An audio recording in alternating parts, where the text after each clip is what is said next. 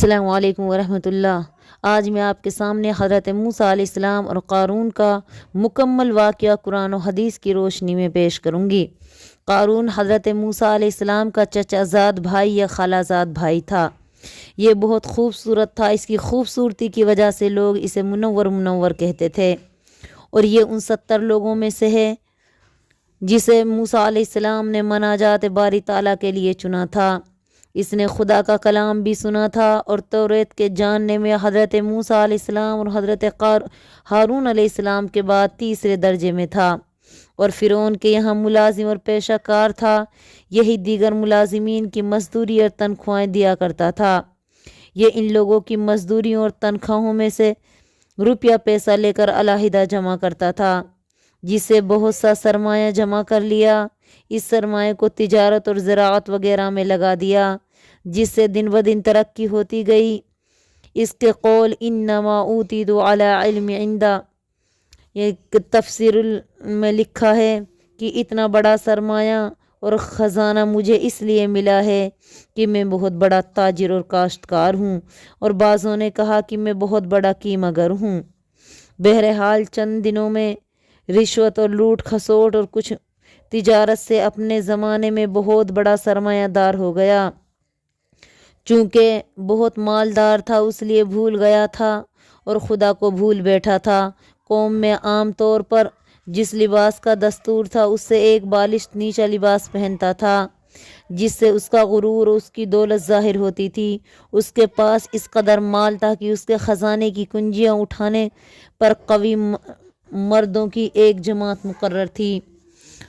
اس کے بہت سے خزانے تھے، ہر خزانے کی کنجی الگ تھی جو بالشت بھر کی تھی۔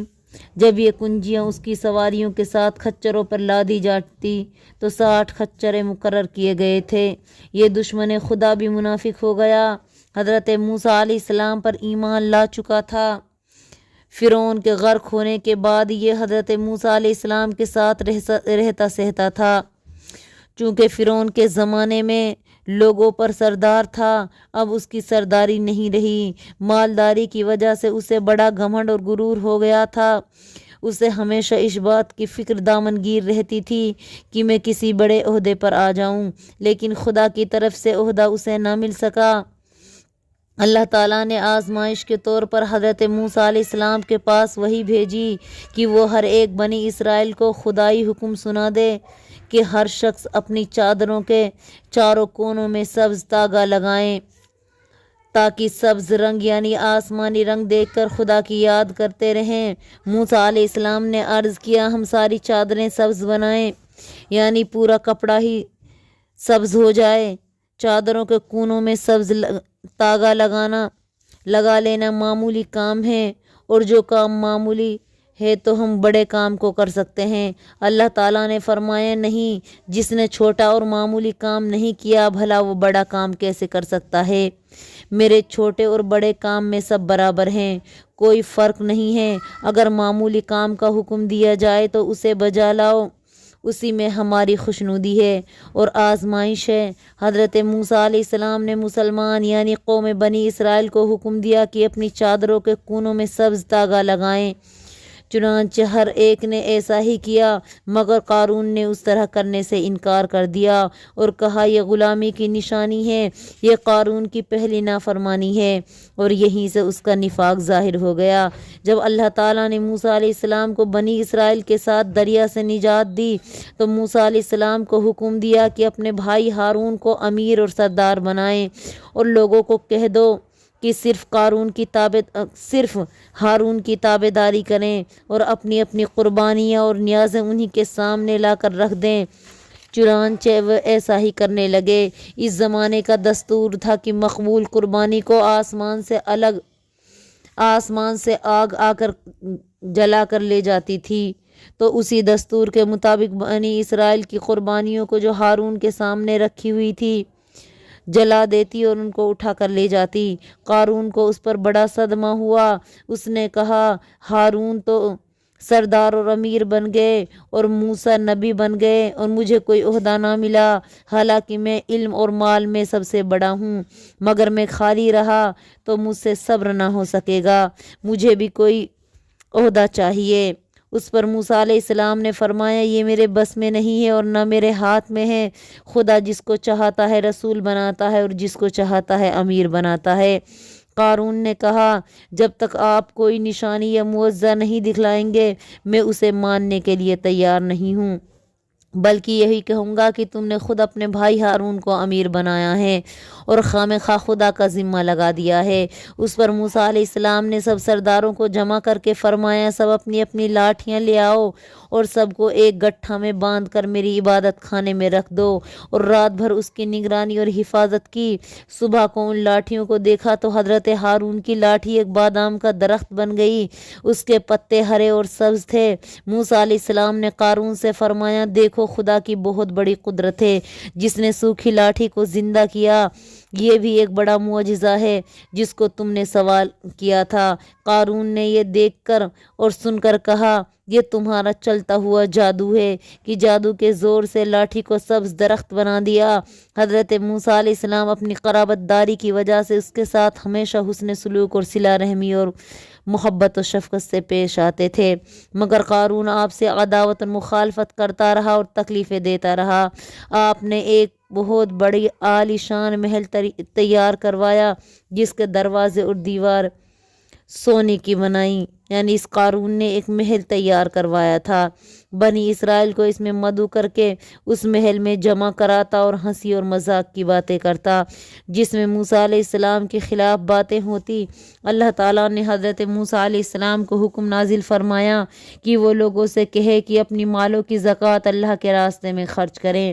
چنانچہ موسیٰ علیہ السلام نے یہ حکم سنایا۔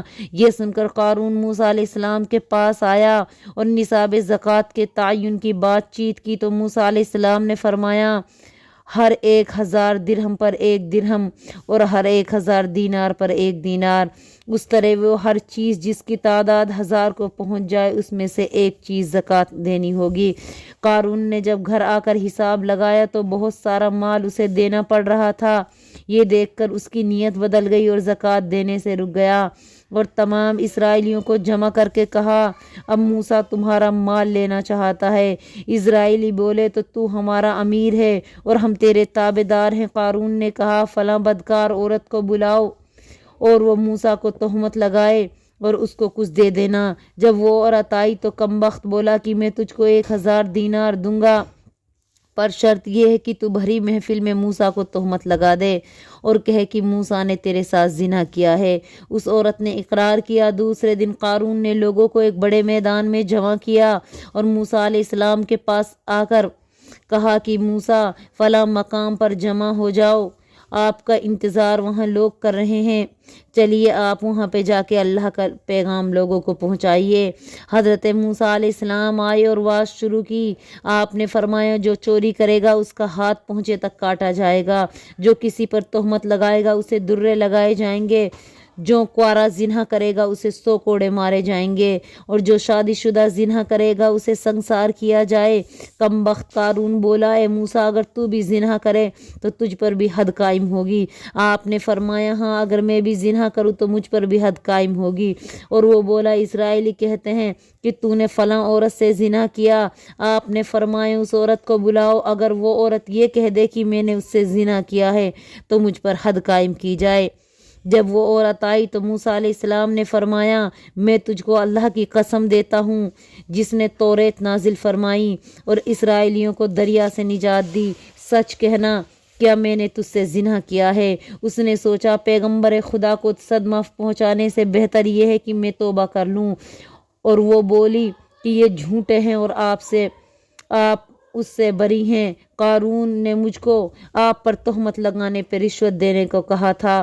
موسیٰ علیہ السلام فوراً سجدے میں گر گئے اور کہنے لگے الہی اگر میں تیرا پیغمبر ہوں تو قارون پر اپنا عذاب نازل کر۔ اللہ نے وحی بھیجی کہ میں آج زمین کو تیرا تابع دار کر دیا۔ اس پر موسیٰ علیہ السلام نے اسرائیلیوں کو حکم دیا کہ مجھے اللہ نے قارون کی طرف سے وحی بھیجی ہے، جو بھی قارون کے ساتھ رہے گا وہ اس کے ساتھ مارا جائے گا اور جو میرا تابع دار ہوگا وہ اس سے الگ ہٹ جائے۔ تمام بنی اسرائیل قارون سے الگ ہو گئے مگر 2 آدمی اس کے ساتھ رہے۔ موسیٰ علیہ السلام نے زمین کو حکم دیا اب ان کو پکڑ لے، یہ کہتے ہی وہ قدم تک زمین میں دھس گئے۔ پھر دوبارہ فرمایا پکڑ لے، پھر گھٹنوں تک دھس گئے، روتے چلیاتے تھے۔ تیسری مرتبہ پھر فرمایا پکڑ لے، وہ کمر تک دھس گئے۔ چوتھی بار فرمایا پکڑ لے تو وہ گلے تک دھس گئے۔ پھر روتے اور واویلا کرتے اور اللہ اور رحم کرم کا واسطہ دیتے۔ حضرت موسیٰ علیہ السلام کو ان پہ اتنا غصہ آیا کہ ان کا شور و غل کسی طرح کا دھیان نہ دیا اور توجہ نہ کی اور فرمایا ان کو پکڑ لے۔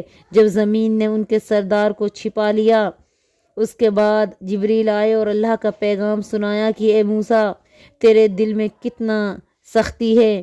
انہوں نے 70 بار فریاد کی لیکن تو نے ان کی فریاد رسی نہ کی۔